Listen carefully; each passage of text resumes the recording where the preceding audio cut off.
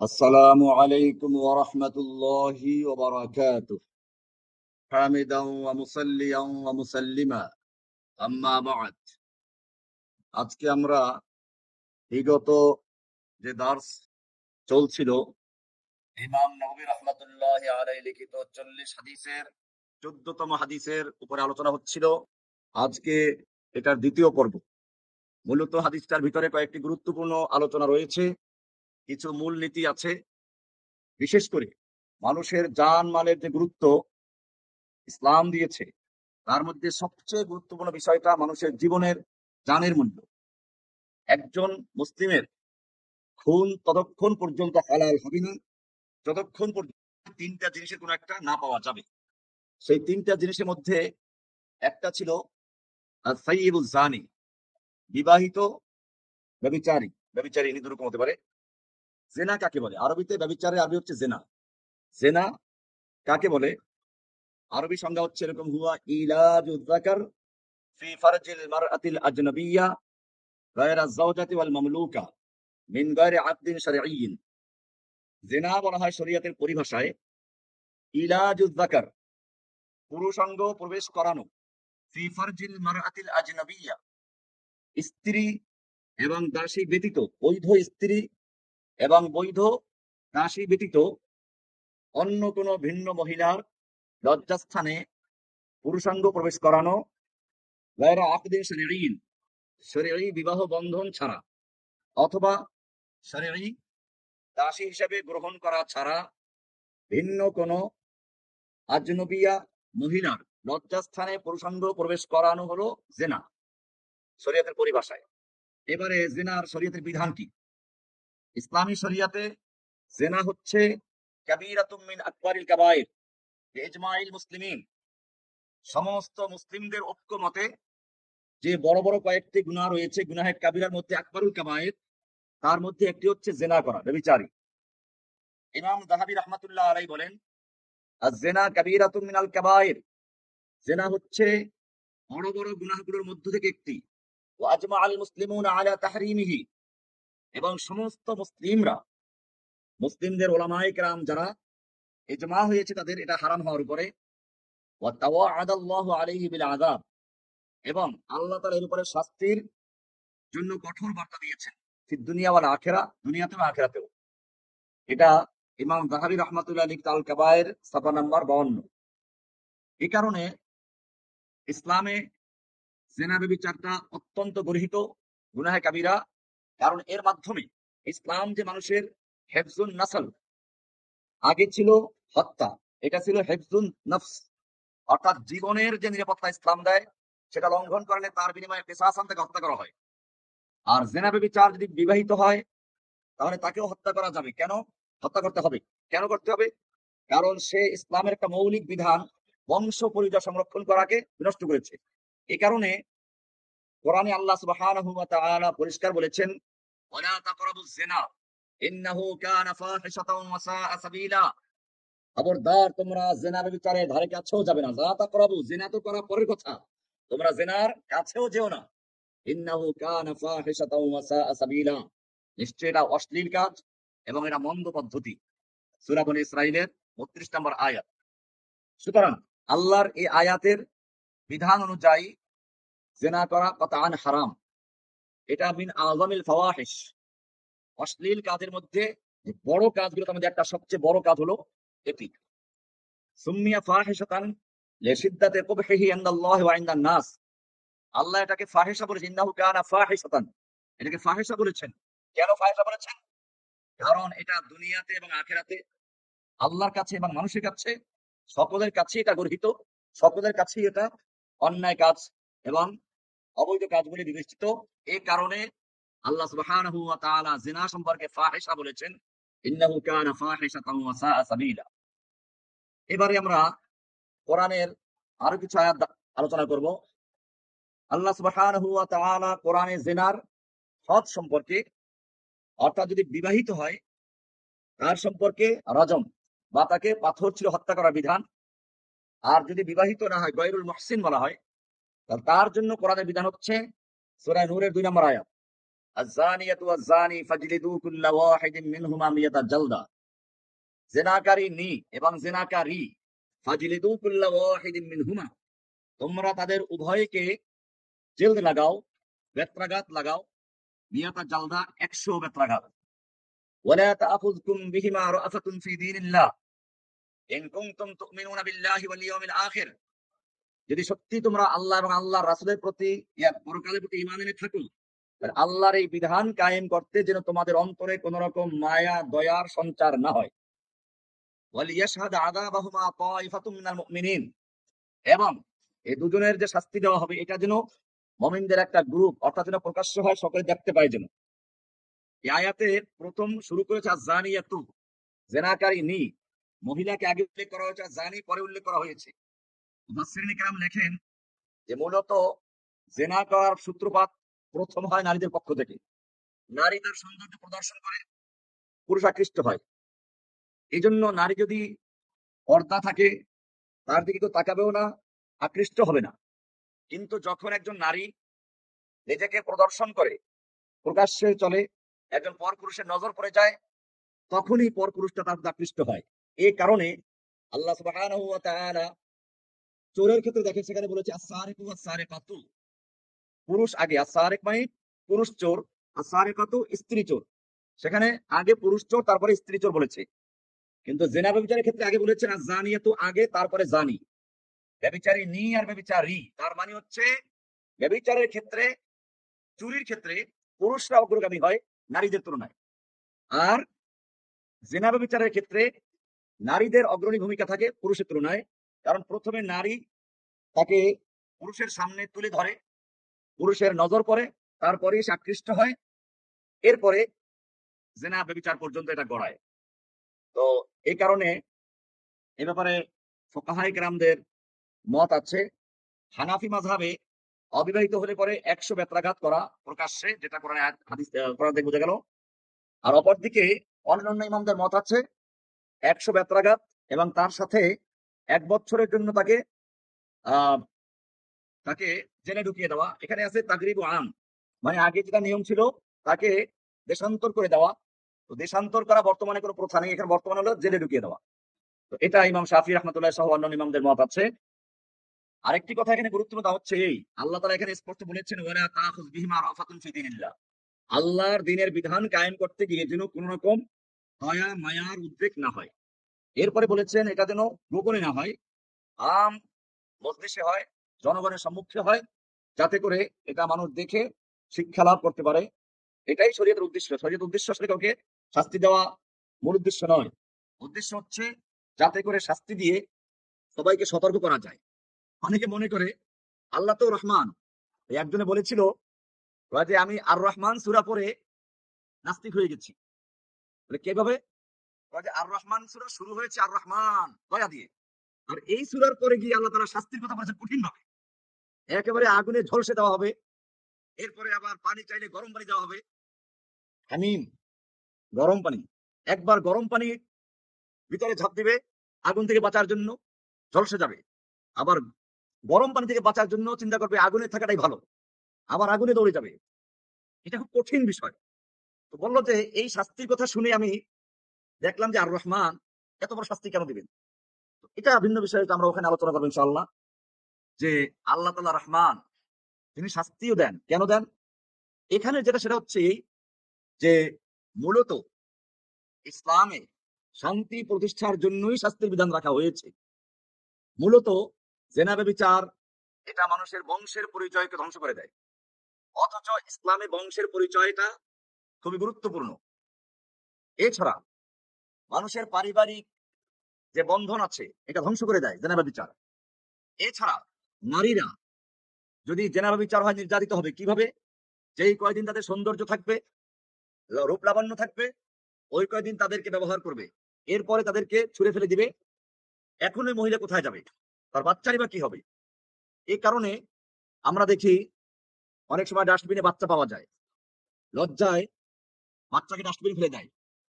এই বাচ্চা নিষ্পাপ বাচ্চা, কেন তাকে হত্যা করা হলো? কোরআন দেখেন কি সুন্দর কথা বলেছে।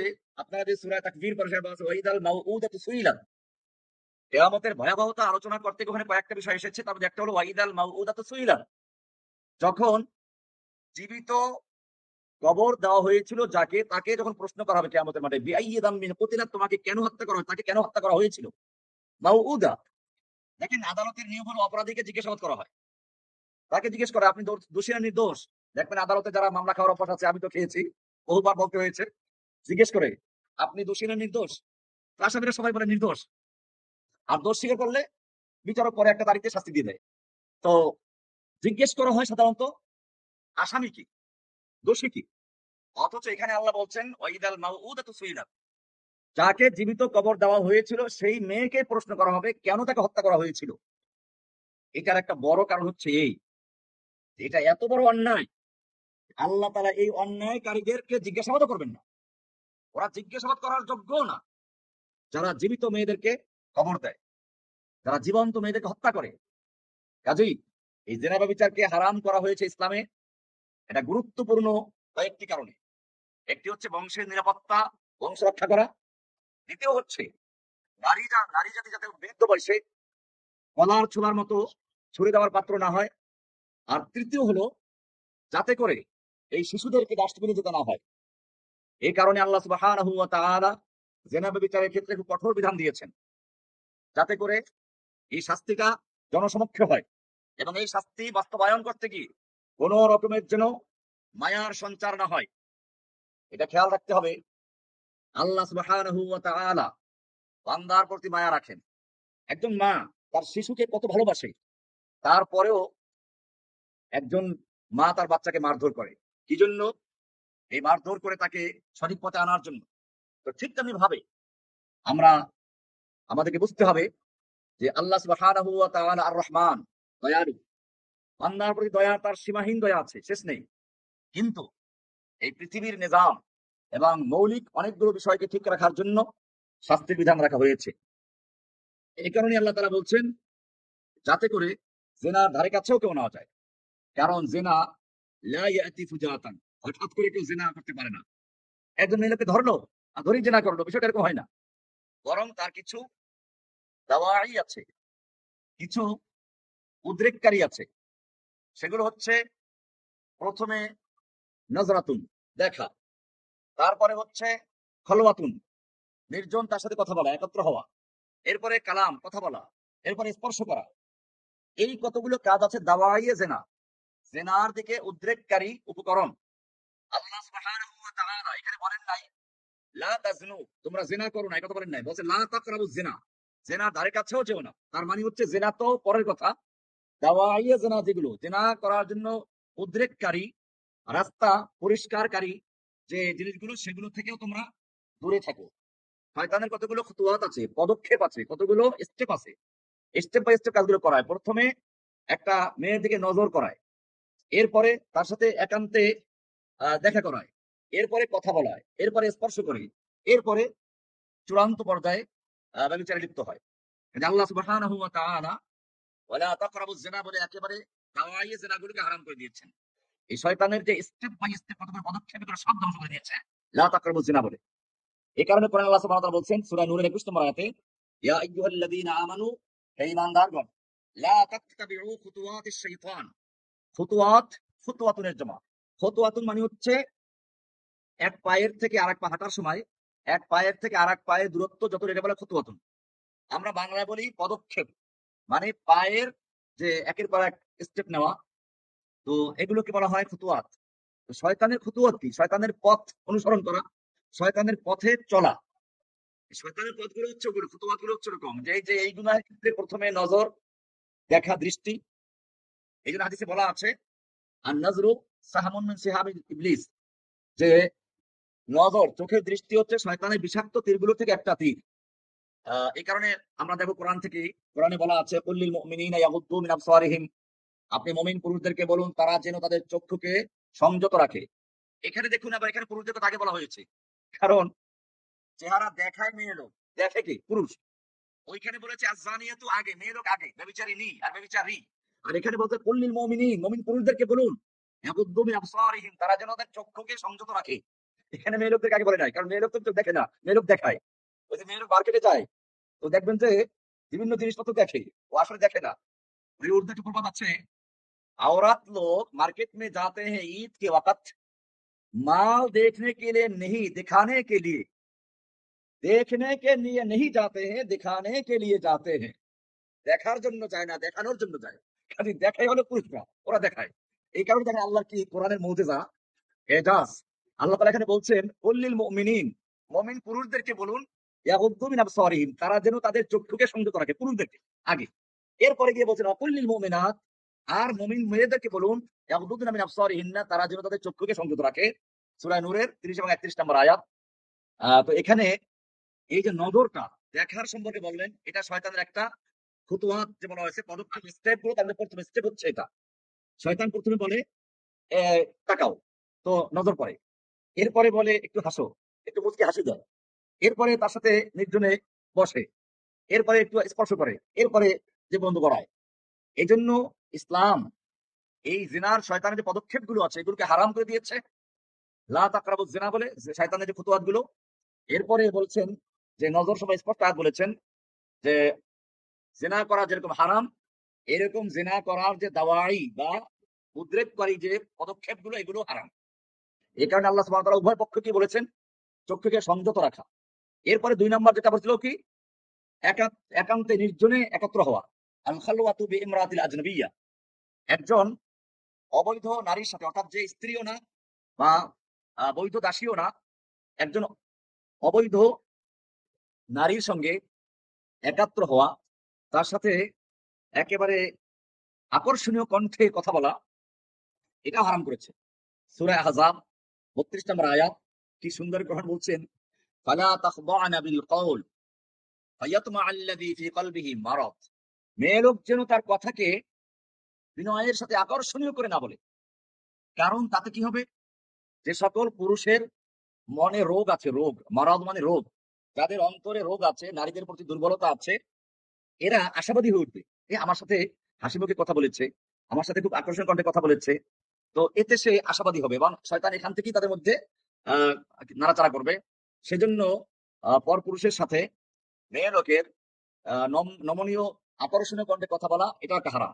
কারণ এটা প্রথমে আকর্ষণীয় কণ্ঠ দিয়ে আকর্ষণ তৈরি হয়, তামা তৈরি হয়, লোভ তৈরি হয়, এরপরে জেনা পর্যন্ত নিয়ে যায়। এই জন্য এটা আল্লাহ তাআলা জেনা যেরকম হারাম করেছেন, জেনার দাওয়াই যেগুলো, জেনার পূর্ব উদ্রেককারী যেগুলো, সেগুলোকে হারাম করেছেন। জেনা সম্পর্কে আল্লাহ সুবহানাহু ওয়া তাআলা কোরআনে বলেছেন, ইবাদুর রহমানের যে সমস্ত সিফাত আছে তার মধ্যে একটা আছে ওয়ালা ইয়াজনুন, তারা জেনা করে না। এরপরে বলছে ওমা ইয়াফআল যালিকা ইয়ালকা আসামা ইউদাআফ লাহুল আযাব, তাদের ডবল শাস্তি হবে। এজন্য জেনা হচ্ছে ডবল শাস্তি যাদের হবে, তাদের মধ্যে একটা হচ্ছে জেনা যদি তওবা না করে। এরপরে জেনা যদি করে তওবার দরজা খোলা আছে, কারণ কোরআনে এখানে বলা আছে ইল্লা মান তাবা ওয়া আমানা ওয়া আমিলা সালিহান ফাউলাইকা ইউবাদদিলুল্লাহু সাইয়্যাতিহিম হাসানাত। এটা খুব আশাব্যঞ্জক কথা। সূরা ফুরকান এর 68 থেকে 70 নম্বর আয়াত, এখানে কোরআনে পরিষ্কার বলা আছে ইল্লা মান তাবা ওয়া আমানা ওয়া আমিলা সালিহান, যারা তওবা করলো, ঈমান আনলো এবং নেক আমল করলো। এখানে ঈমান আনার কথা বলা হয়েছে। এটা মুসলিম শরীফের সহিহ হাদিসে আছে, লা ইয়াজনি যানি হিনা ইয়াজনি ওয়া হুয়া মুমিন, জেনাকারী যখন জেনা করে সে মুমিন অবস্থায় জেনা করে না, তাহলে সে কি কাফের হয়ে যায়? মুতাজিলা, খাওয়ারিজ, তারা তো এই কথাই বলে, খাওয়ারিজ বলে কাফের হয়ে যায়, মুতাজিলারা বলে যে ঈমান থেকে বের হয়ে যায়। আর আহলুস সুন্নাহ ওয়াল জামাআর লোকেরা এর অর্থ করে এরকম যে কাফের হয়ে যায় না, তবে ওই সময় যদি ঈমানটা তার উপর থেকে চলে যায়, ম্যাগের মতো ছায়ার মতো একটা সে উপরে গিয়ে দাঁড়াই থাকে, যখন সে তওবা করে তখন ফিরে আসে। এই কারণে ইল্লা মান তাবা ওয়া আমানা, তওবা করলো, ঈমান আনলো, ওয়া আমিলা সালিহান, এবং নেক আমল করলো, পরবর্তীতে সে নেক আমল করলো, অর্থাৎ তার আমলটা সে শুধরিয়ে নিল, এরকম যারা করবে আল্লাহ বলছেন ফাউলাইকা ইউবাদদিলুল্লাহু সাইয়্যাতিহিম হাসানাত, আল্লাহ তাআলা তাদের গুনাহগুলোকে নেকের দ্বারা বদলে দিবেন। শুধু ক্ষমা করবেন তাই না, সুবহানাল্লাহ, কি বলছেন, তাদের গুনাহগুলোকে আল্লাহ নেকের দ্বারা বদলে দিবেন। এর মানে কি জানেন?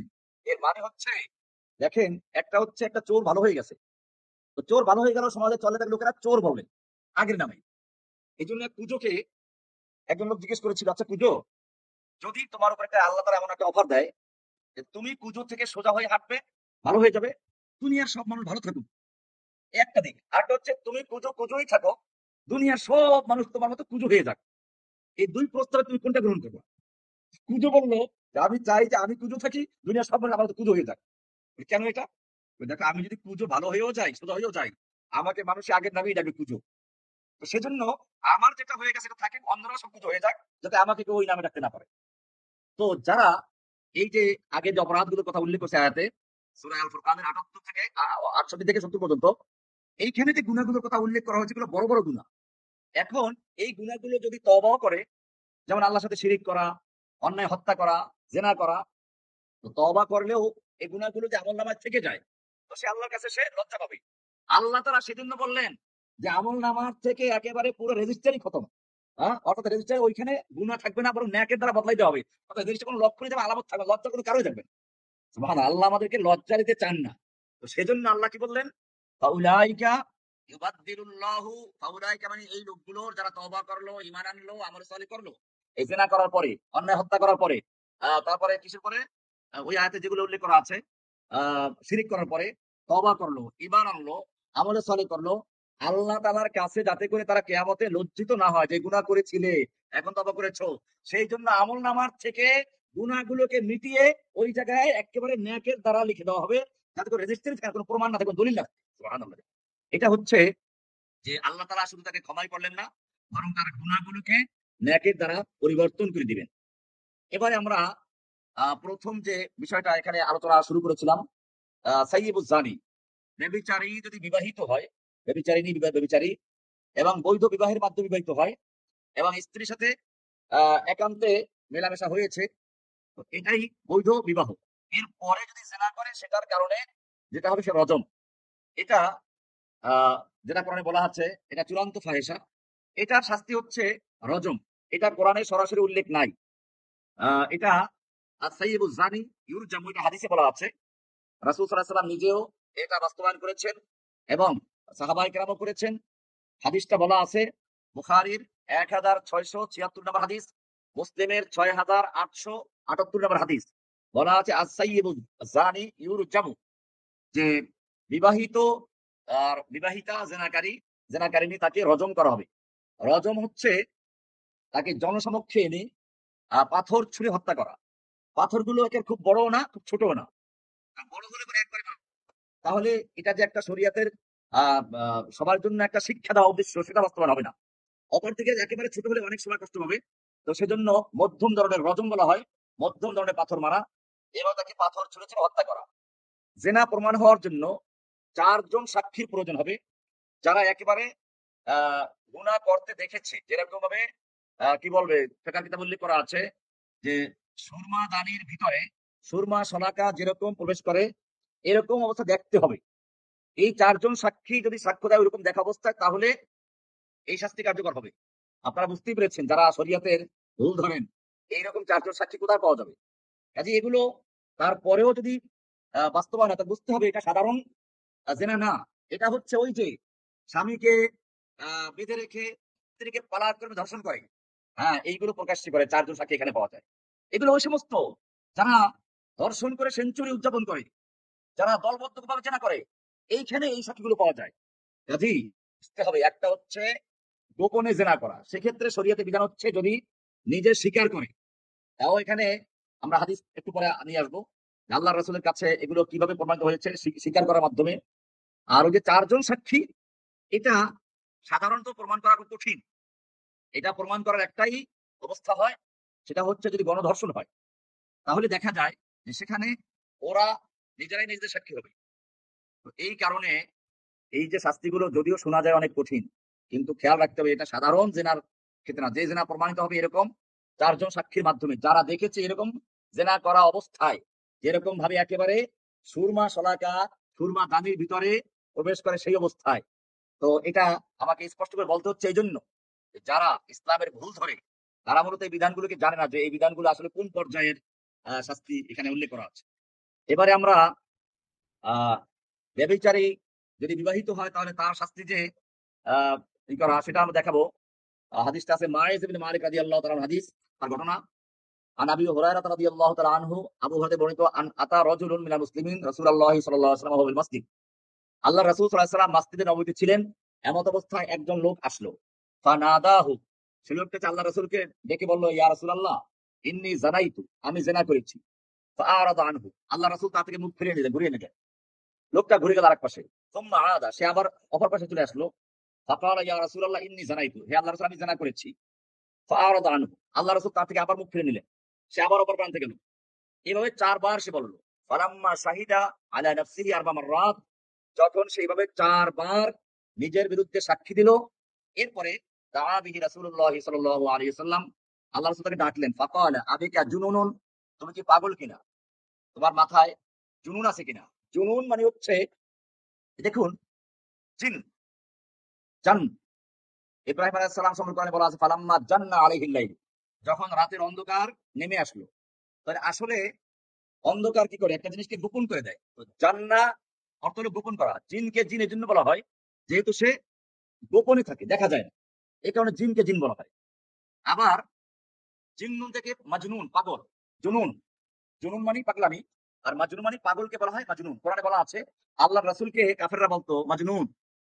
তো এই মাজনুন মানে কি? দুটো অর্থ হতে পারে। এক হচ্ছে জিনে ধরেছে, যে মুহাম্মদ সাল্লাল্লাহু আলাইহি ওয়াসাল্লাম হলো মাজনুন, মানে জিনের রোগী। আরেকটা হচ্ছে মাজনুন মানে জান্না, মানে যার আকল বুদ্ধিটাকে ঢেকে দিয়েছে, পর্দাপিত করে দেওয়া হয়েছে, মানে আমরা তাকে পাগল বলি, বুদ্ধি প্রতিবন্ধী বলি যাকে, অর্থাৎ যার বুদ্ধিটা পর্দাবৃত হয়ে গেছে, একেও মাজনুন বলা হয়। তাহলে জান্না, জিন্নুন শব্দের অর্থ হচ্ছে কি? ঢেকে দেওয়া, পর্দাবৃত করা। অন্ধকারকেও জান্না বলা হয় কি জন্য? যেহেতু অন্ধকার জিনিসগুলোকে ঢেকে দেওয়া, দেখা যায় না, পর্দাবৃত করে দেয়। জিনকে জিন কেন বলা হয়? যেহেতু জিন দেখা যায় না। এরকম পাগলকে কেন মাজনুন বলা হয়? কারণ পাগল দুই রকম, একটা হচ্ছে জিনে ধরা পাগল, তো হচ্ছে জিন থেকে মাজনুন, যাকে জিনে ধরেছে। আরেকটা হচ্ছে বুদ্ধি প্রতিবন্ধী পাগল, অর্থাৎ বুদ্ধির উপরে যার পর্দা পড়ে গেছে। এও পাগল। তো আল্লাহ জিজ্ঞেস করে, আবিকা জুনুন, আল্লাহ রাসূল তাকে জিজ্ঞেস করেন, পাগল নাকি তুমি? বলেন আবিকা জুনুন, তোমার সাথে কি জিন আছে নাকি? না তোমার সাথে কি বুদ্ধি, তুমি কি তোমার কি বুদ্ধি প্রতিবন্ধকতা আছে নাকি? এভাবে গেছেন। আল্লাহ আমাকে বলেন, না আমার বুদ্ধি ঠিক আছে, জিনও ধরে নাই। ক্বালা আহসানতা, তুমি কি বিবাহ করেছো? ক্বালা নাআম, সে বলল হ্যাঁ। ফাকালা রাসূলুল্লাহ সাল্লাল্লাহু আলাইহি ওয়াসাল্লাম উরজুমুহু, আল্লাহ রাসূল সাল্লাল্লাহু আলাইহি ওয়াসাল্লাম বললেন তাকে পাথর দিয়ে হত্যা করো। এটা সংক্ষিপ্ত হাদিস, হাদিসটা আছে বুখারীর ৬৮২৪ নম্বর হাদিস, মুসলিমের ১৬৯১ নম্বর হাদিস। আমি আরো একটা হাদিসের উপর আলোচনা করবো, তারপরে বলবো যে আরেকটা হাদিস, এটা ইমরান ইবনে হুসাইন রাদিয়াল্লাহু তাআলা আনহু থেকে বর্ণিত, আন্না ইমরাআতান মিন জুহাইনাতা আতাত রাসূলুল্লাহ সাল্লাল্লাহু আলাইহি ওয়াসাল্লাম ওয়া হিয়া হুবলা মিনাজ জিনা, আল্লাহর রাসূলের কাছে জুহাইনা গোত্রের একজন মহিলা এলো, যে জিনা ব্যভিচারের মাধ্যমে গর্ভবতী হয়েছিল, গর্ভবতী অবস্থায়। ফাকালাত ইয়া রাসূলুল্লাহ, এই মহিলা এসে বলল, ইয়া রাসূলুল্লাহ আসাবতু হাদ্দান ফাআকিমহু, আমি শরীয়তের যে শাস্তি, ইসলামের যে বিধান শাস্তি, তার উপযুক্ত হয়েছি, আপনি আমার উপরে শরীয়তের বিধান কায়েম করুন। ফাদাআ নবিয়ুল্লাহ সাল্লাল্লাহু আলাইহি ওয়াসাল্লাম ইলাইহা, আল্লাহর রাসূল সাল্লাল্লাহু আলাইহি ওয়াসাল্লাম ওই মহিলার অভিভাবককে ডাকলেন। ফাকালা আহসিন ইলাইহা, আল্লাহ রাসূল ওই মহিলার অভিভাবকদেরকে ডেকে বললেন, এই মহিলার সাথে সদাচরণ করো, তার ভালোভাবে দেখাশোনা করো। ফাইদা, কারণ সে হলো গর্ভবতী, সে অপরাধ করেছে, শাস্তি পাওয়ার উপযুক্ত, কিন্তু তার পেটের যে বাচ্চা, সে তো অপরাধ করে নাই। কাজেই আপনারা তার সঙ্গে ভালো আচরণ করুন, তাকে ঠিকমতো লালন পালন করুন।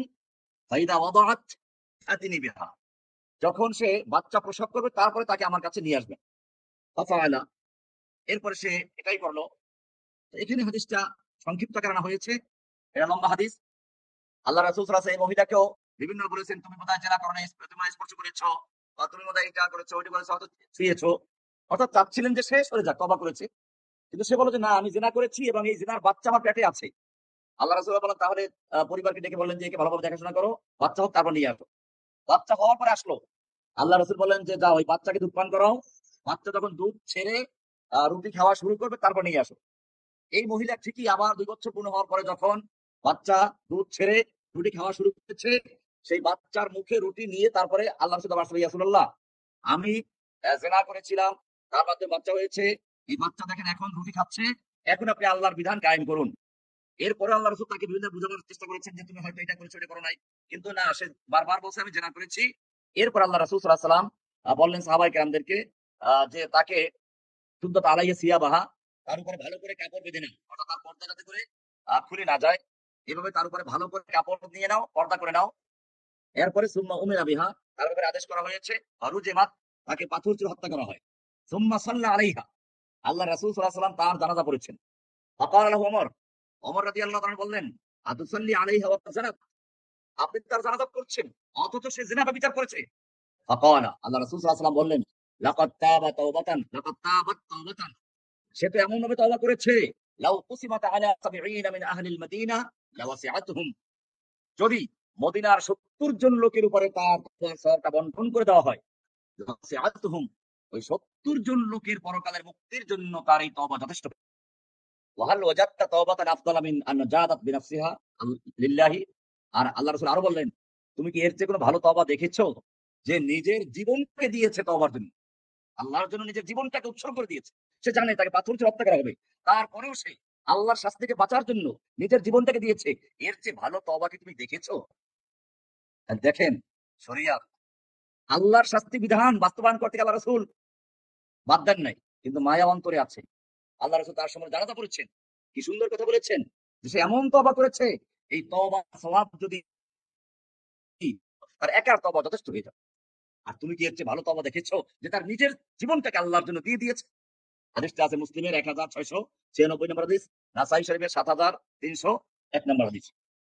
আমি আরো একটা হাদিসের সম্পর্কে আলোচনা করছি, যে রজম, যেহেতু কোরআনে স্পষ্ট এরকম আয়াত নেই, হাদিসে বলা হয়েছে। আমরা দুইটা হাদিস দেখলাম, একটা হচ্ছে মাইস রাদিয়াল্লাহু তাআলা আনহুর, আর একটা এই ইমরাতে গামিদিয়া, এই মহিলার যেটা। আরেকটা ঘটনা আছে ইহুদির ঘটনা, এটাও আব্দুল্লাহ ইবনে ওমর থেকে বর্ণিত রাদিয়াল্লাহু আনহুমা, আন্নাল ইয়াহুদা জাউ ইলা রাসূলিল্লাহি সাল্লাল্লাহু আলাইহি ওয়াসাল্লাম, ইহুদিরা আল্লাহর রাসূলের কাছে এলো একটা বিচার নিয়ে।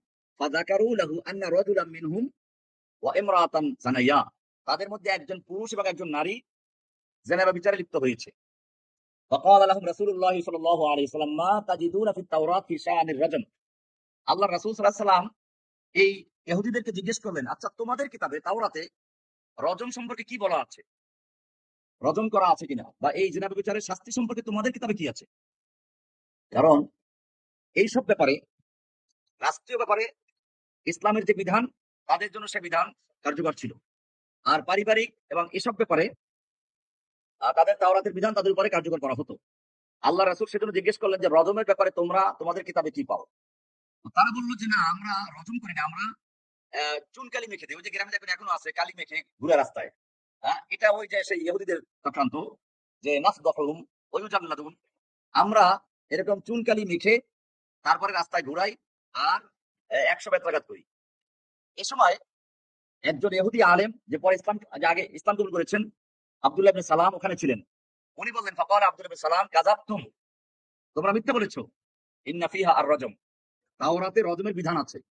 তুমি তাওরাত, তোমরা তাওরাত নিয়ে আসো।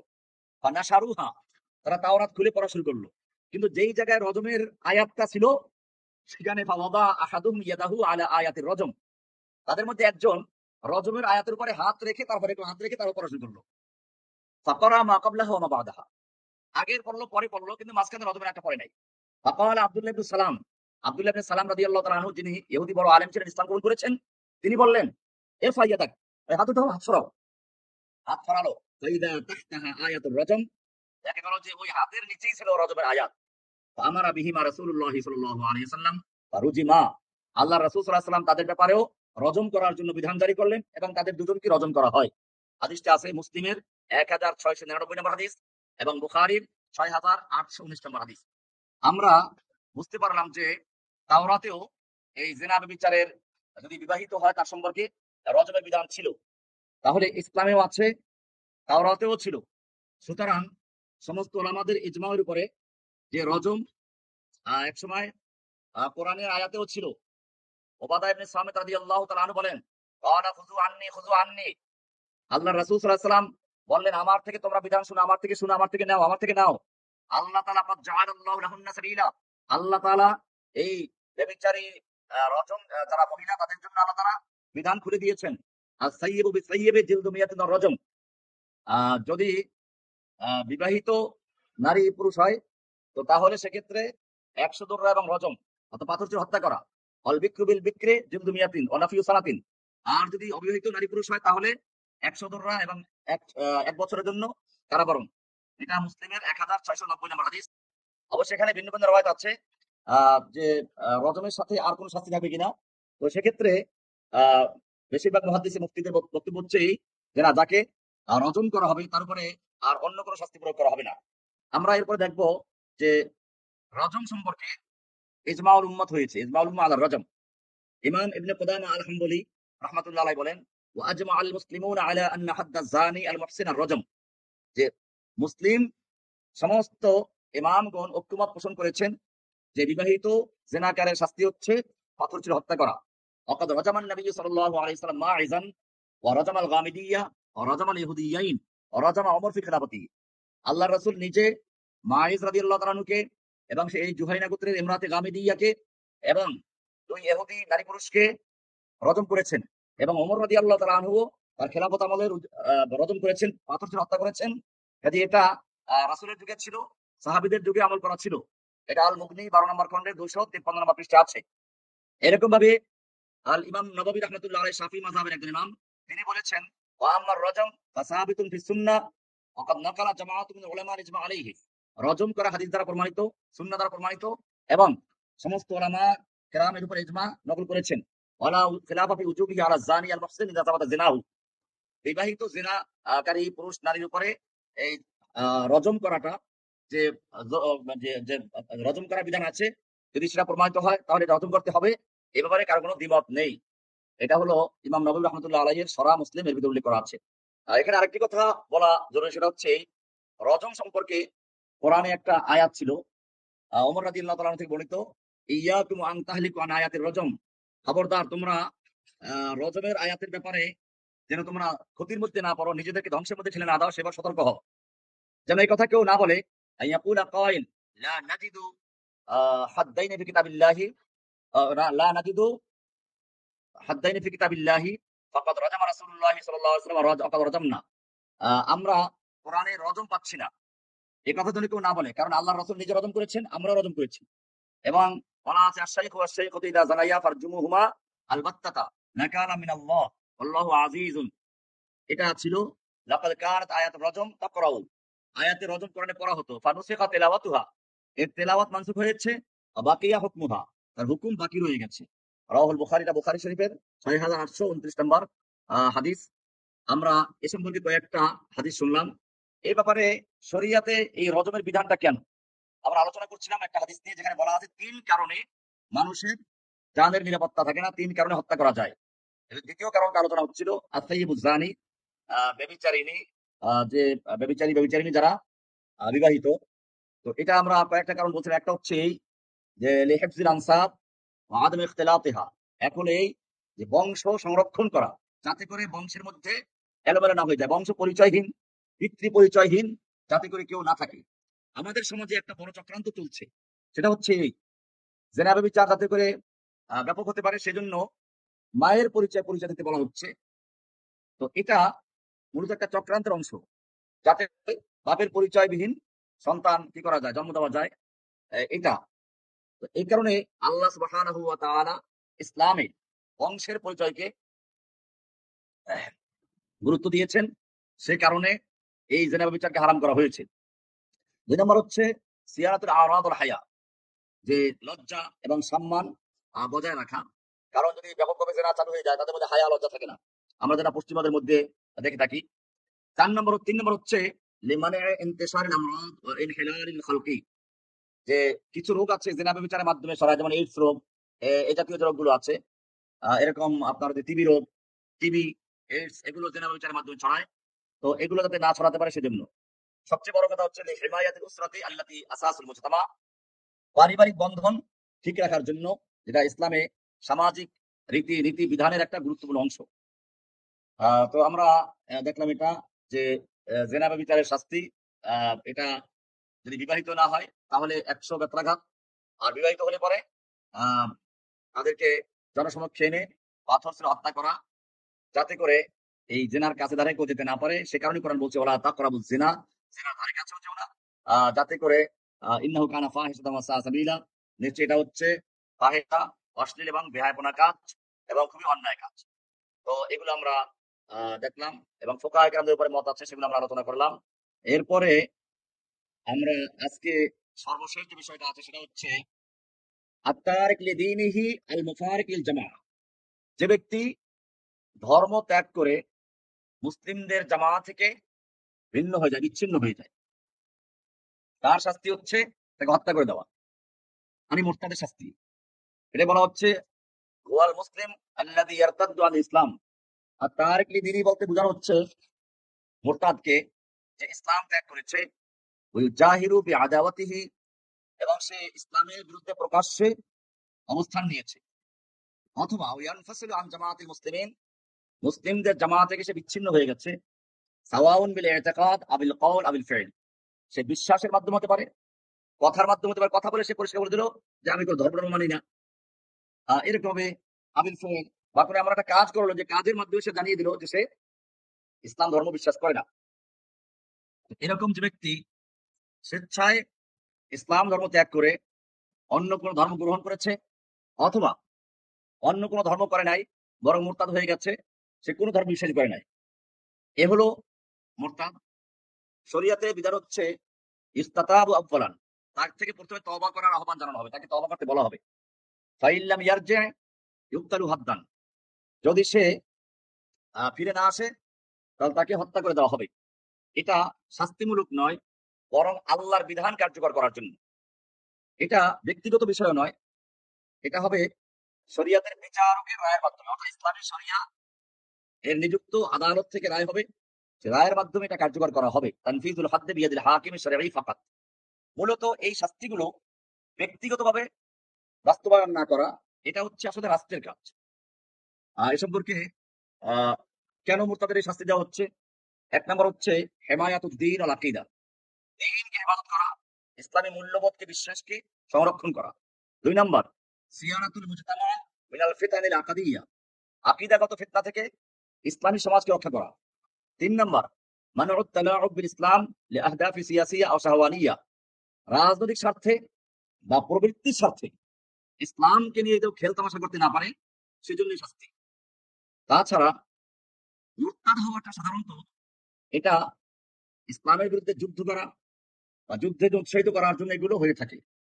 তো সেজন্য ইসলাম এই মুরতাদের জন্য শাস্তির বিধান করেছে, তাকে হত্যা করে দেওয়া। হাদিসে বলা হয়েছে মান বাদদালা দীনাহু ফাকতুলুহু, বুখারী হাদিস 3017 নম্বর হাদিস, যে ব্যক্তি তার দ্বীনকে চেঞ্জ করলো, দ্বীনকে পরিবর্তন করলো, তাবদীল করলো, তাকে হত্যা করে দাও।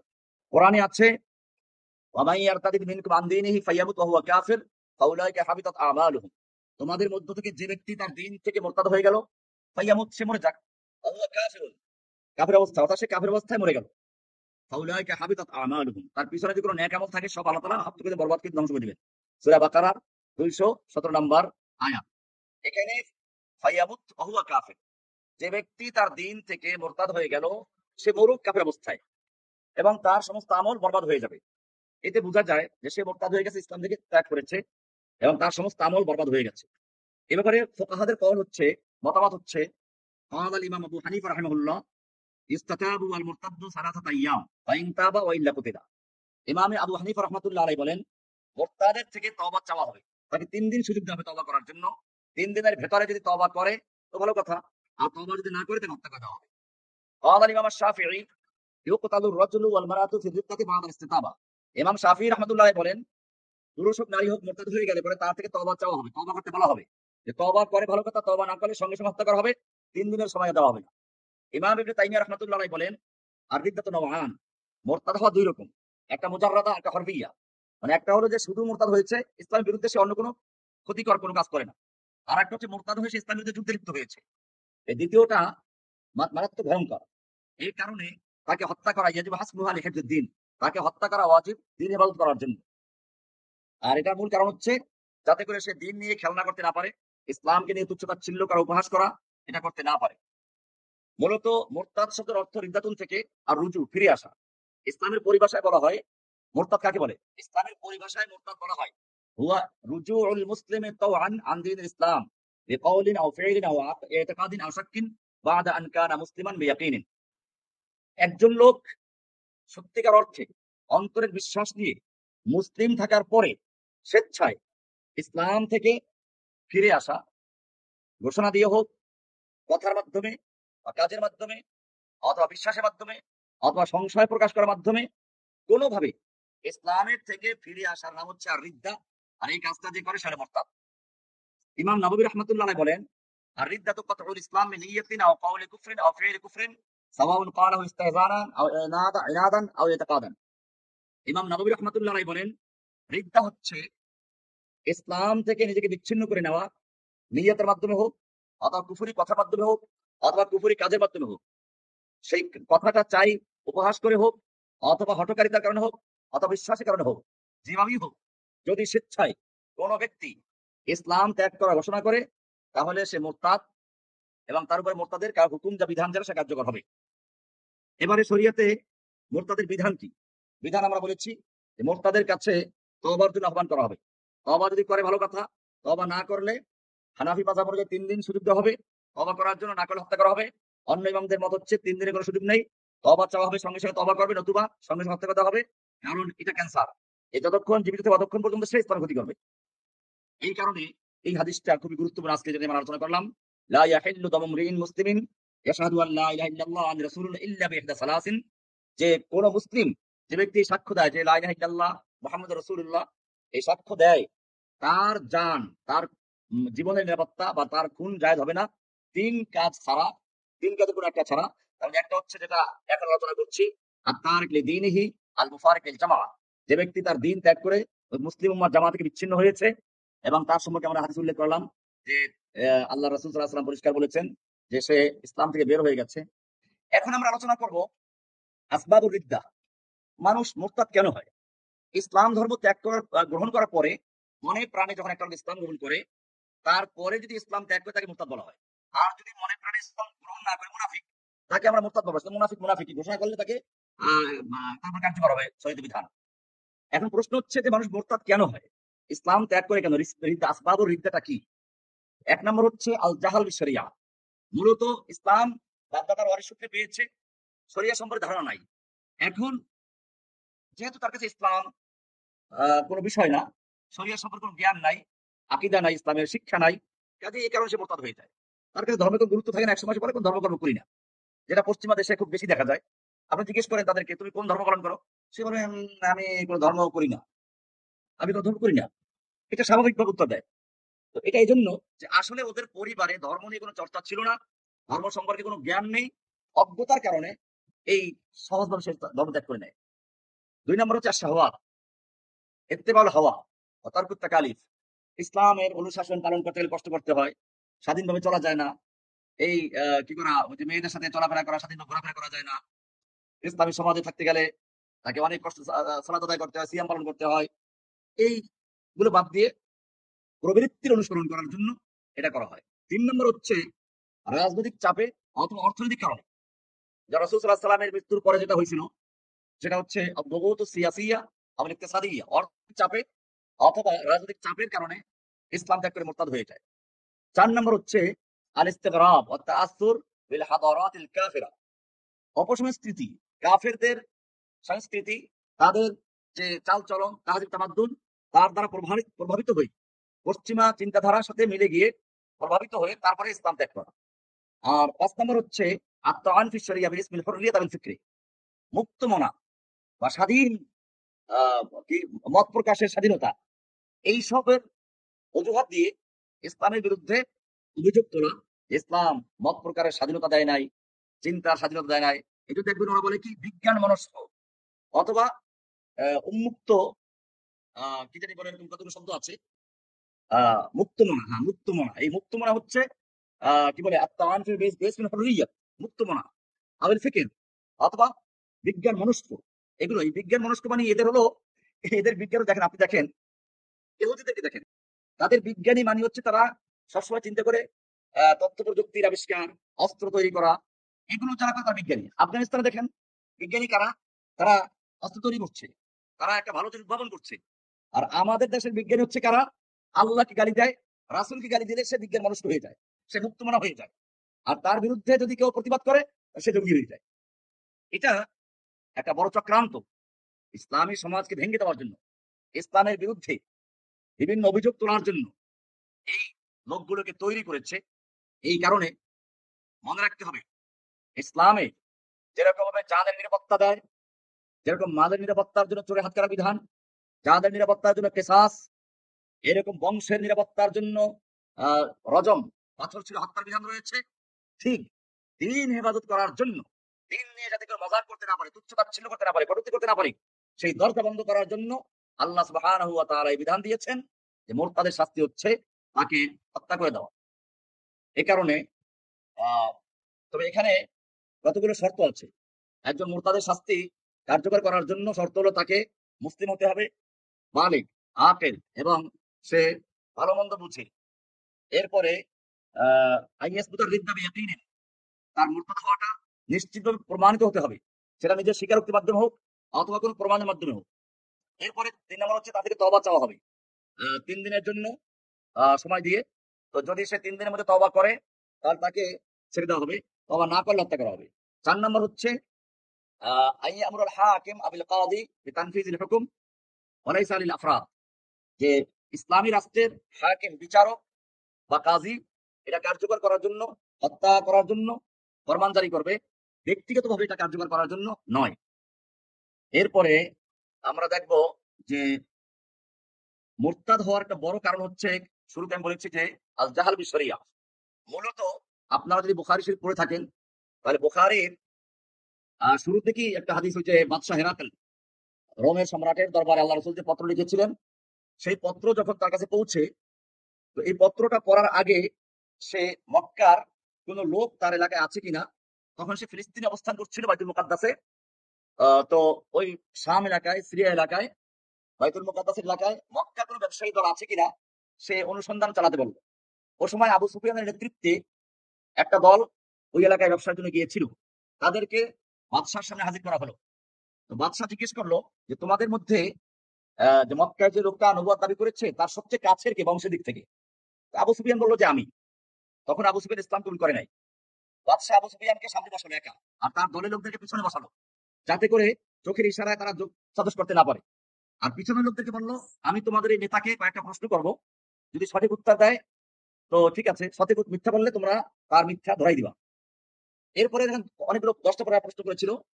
একটা ছিল যে ওয়াহাল ইয়ারতাদু আহাদুন বাদা আন ইয়াদখুলা ফি দীনিহি সাখতাতানা লিদীনিহি, যে তার ধর্ম গ্রহণ করার পরে তার দিনের প্রতি অসন্তুষ্ট হয়ে কোনো ব্যক্তি ধর্ম ত্যাগ করে কিনা।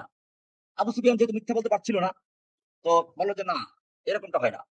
তখন পরবর্তীতে যখন বাদশাহ হেরাকেল মন্তব্য করলো, সেখানে বলেছে ওয়াকাযালিকাল ঈমান, এটাই হচ্ছে ঈমানের বাস্তবতা, ঈমানের আসল চরিত্র, ঈমানের প্রকৃত রূপ। হিনা তুখালিতু বাশাশাতুহু আল কুলুবা, যখন ঈমানের বাশাশাত, ঈমানের তৃপ্তি, ঈমানের স্বাদ, ঈমানের মজা, ঈমানের চেতনা যদি কি হয়ে যায়, তার আত্মার সাথে মিশে যায়, কলবের সঙ্গে মিশে যায়, চিনি যেরকম পানির সঙ্গে মিশে যায়, একাকার হয়ে যায়, ঠিক ঈমানী চেতনা, ঈমানী কি বলে স্বাদ, ঈমানের মজা যদি কারো কলবের সঙ্গে মিশে যায়, সে কখনোই অত্যাচার, জুলুম, নির্যাতন যতই আসুক না কেন ইসলাম থেকে সে মোরতাদ হতে পারে না। এটা বাদশাহ হেরাকেলের মন্তব্য, আমরা দেখি বাস্তবতাও আছে। সুমাইয়া রাদিয়াল্লাহু তাআলা আনহাকে লজ্জাস্থানে বর্ষায় আঘাত করা হচ্ছে, তারপরও তার ঈমান ত্যাগ করে নাই। আম্মার ইবনে ইয়াসিরকে নির্যাতন করা হচ্ছে, ইসলাম ত্যাগ করেন নাই। ইয়াসিরকে হত্যা করা হলো, বিলাল হাবশিকে উত্তপ্ত বালুর উপরে শুয়ে রেখে উপরে পাথর চাপা দেওয়া হলো। এরকম ভাবে খোবাইবকে ছুরিবিদ্ধ করা অবস্থায় বলা হলো মুহাম্মদকে তোমার জায়গায় রাখা হোক, তোমাকে ছেড়ে দেওয়া হোক। সেখান থেকে সে প্রতিবাদ করছে। আমরা হুযায়ফা ইবনে ইয়ামানকে দেখতে পাচ্ছি, তার সামনে তার সঙ্গীদেরকে আগুনে উত্তপ্ত তেলের ভিতরে ভুনা করা হচ্ছে। এরপরেও তারা ঈমান থেকে চুল পরিমাণ সরে নেয়, কারণ ওই যে বাদশাহ হেরাকেলের কথা যেটা ওয়াকাযালিকাল ঈমান, এটাই হচ্ছে ঈমানের বাস্তবতা। হিনা তুখালিতু বাশাশাতুহু আল কুলুবা, ঈমানের স্বাদ যদি, ঈমানের যদি মজা, ঈমানের তৃপ্তি যদি কারো অন্তরের সাথে মিশে যায়, তাহলে সে কখনোই ইসলাম থেকে সরে যায় না। তো আমাদের সমাজে আজকে যে খ্রিস্টান হচ্ছে বা ইসলাম ত্যাগ করছে, এর মূল কারণটা আমরা বুঝতে পেরেছি, আল জাহাল আনিশ শরিয়া। এর মূল কারণ হচ্ছে ইসলামী শিক্ষা থেকে অজ্ঞ থাকা। এজন্য যারা কেবল অভিযোগ করেন অমুক জায়গা এলাকায় খ্রিস্টান হয়ে যাচ্ছে, মুসলমান খ্রিস্টান হয়ে যাচ্ছে, আমাদের প্রথম কথা হচ্ছে যে খ্রিস্টান হওয়ার মূল কারণ অর্থনীতি না। মূল কারণটা হচ্ছে ইমান তাদের অন্তরে আমরা ঠিক মতো বসাতে পারি নাই, ইসলামের সঠিক জ্ঞান দিতে পারি নাই। ইমানের যদি সত্যিকার অর্থে জ্ঞান তারা লাভ করতো, তাহলে যত জুলুম নির্যাতন আসুক অথবা যত কষ্ট হোক, তারা ইমান ত্যাগ করতো না। কিন্তু আমরা এখানে ব্যর্থ হয়েছি। আমরা সঠিক ইমান শিক্ষা দেওয়ার থেকে আমরা দূরে সরে গেছি। আমরা কিভাবে নিজের দলের সদস্য বানাবো সেই চেষ্টা করি। অথচ কোরআন কি বলে? কোরআন বলে উদউ ইলা সাবিলি রাব্বিক, তুমি তোমার রবের পথে আহ্বান করো। হ্যাঁ, উদউ ইলাল্লাহ, কুল হাযিহি সাবিলি আদউ ইলাল্লাহ, আমি আল্লাহ দিকে আহ্বান করি। ওমান আহসানু ক্বাওলাম মিম্মান দাআ ইলাল্লাহ, তার চেয়ে ভালো আর কার কথা হতে পারে আল্লাহ দিকে আহ্বান করে? সব থেকে আল্লাহ দিকে আহ্বান করা। আপনি বলে আল্লাহ দিকে আহ্বান করি, আহ্বান তো করেন একবার। আল্লাহ রাসূল কয়বার করেছেন? কোরআন বলছে ইন্না লাকা ফিন নাহারি সাবহান তাবিলা, দিনের বেলায় আপনার দীর্ঘ সাঁতার আছে। দীর্ঘ সাঁতার মানে কি? লেগে থাকা। আমরা দাওয়াত দিতে গিয়ে কর্কশ ভাষায় বলি, ভয় দেখাই। আমি একবার হাতেমবাগ মসজিদ থাকা অবস্থায় একটা দাওয়ার গ্রুপ করে দিয়েছিলাম। তারা দোকানে দোকানে গিয়ে দাওয়া দিত, যাতে অশ্লীল কোনো ক্যাসেট বিক্রি না করে, মদ বিক্রি না করে, বিড়ি সিগারেট বিক্রি না করে। তো ওরা দাওয়াত দিতে গিয়ে করতো কি, প্রথম দিকে গিয়ে বলতো, পরে গিয়ে বলতো কি, দেখেন পরের বার যেন না দেখি, হুমকি দিয়ে আসতো। তো আমি বললাম, তোমাদের আর দাওয়াতি কাজ করার দরকার নাই। তোমরা মূলত দাওয়াতকে পেঁচিয়ে ফেলছো। দাওয়াতের ভাষা হচ্ছে নরম। আল্লাহ তাআলা কোরআনে বলেছেন মূসা এবং হারুনকে ফেরাউনের কাছে পাঠাচ্ছেন, বলছেন ইযহাবা ইলা ফিরআউনা ইন্নাহু তাগা, তোমরা দুজন ফেরাউনের কাছে যাও, সে তাগা, সীমা অতিক্রম করেছে। সে আব্দিয়াতের সীমা অতিক্রম করে, দাসত্বের সীমা অতিক্রম করে মাহবুদের আসনে গিয়ে বসে পড়েছে, নিজে মাহবুদ দাবি করে বসেছে। এত বড় কাফেরের কাছে মূসা এবং হারুনের মতো দুইজন জাতির নবীকে পাঠাচ্ছেন, তারপরে বলছেন তোমরা দুজন তার কাছে যাও, ফাকুল আলাহু কাওলাল লাইয়িনা, তার সাথে নম্রভাবে কথা বলো। এরকম ভাবে আরো অনেক কথা আছে, আমি সেগুলো ইনশাআল্লাহ আগামী শুক্রবার আহ, যে বাইতুল ফজল মসজিদ মোহাম্মদপুর, এখানে জুমা পড়াবার কথা আছে। তো সেখানে ইনশাআল্লাহ আশা করি দাওয়াতি এই বৈশিষ্ট্যগুলো আলোচনা করার ইচ্ছা আছে। যদি সেখানে আলোচনা করার সময় না পাই, ইনশাআল্লাহ আমি এর উপর একটা বিস্তারিত আলোচনা করবো, আল্লাহ যদি তৌফিক দান করেন। কারণ হচ্ছে এই, আমাদের বিষয়টা পরিষ্কার হওয়া উচিত যে আমরা আসলে কারা। অনেকেই কাজ করে দাওয়াতের কাজ, ভাবে নিজেকে মুজাহিদ। কাজে দাওয়াতি কাজ করতে গিয়ে হুমকি দেওয়া, দাওয়াতি কাজ করতে গিয়ে কর্কশ ভাষা ব্যবহার করা যাবে না। আল্লাহ রাসূলকে আল্লাহ বলেছেন ফাবিমা রাহমাতিন মিনাল্লাহি লিনতা লাহুম, আপনি আল্লাহর রহমতে তাদের প্রতি নমনীয় ভাষা, নম্রভাষী হয়েছেন, এই কারণে এই পর্যায়ে এসেছেন। ওয়ালাউ কুনতা ফাজ্জান গালিযাল কলব, আপনি যদি অশ্লীল ভাষা ব্যবহারকারী অথবা কঠোর মনোভাবের হতেন, লান ফাদ্দু মিন হাওলিক, আপনার চারপাশ থেকে লোকেরা পালিয়ে যেত। কাজেই মনে রাখতে হবে, আমাদের থেকে যে লোকেরা সরে যায়, আমি নিজেও এর থেকে ব্যতিক্রম না, মাঝে মধ্যে দেখে যাই। এই কারণে আমি আপনাদের থেকে আগেই ক্ষমা চেয়ে এনেছি, এই নাসি আমি নিজেকেও করছি। বিশেষ করে দীর্ঘদিন জেলে থাকার পরে তো আপনারা বুঝেনি মেজাজের পরিবর্তন হয়েছে। এরকম ভাবে ডায়াবেটিস রোগী আছে, ডায়াবেটিসের রোগীদের এমনি মেজাজ বিচ্ছিরি থাকে, একটু খেপাইলে পরে মেজাজ উল্টে পাল্টা হয়ে যায়।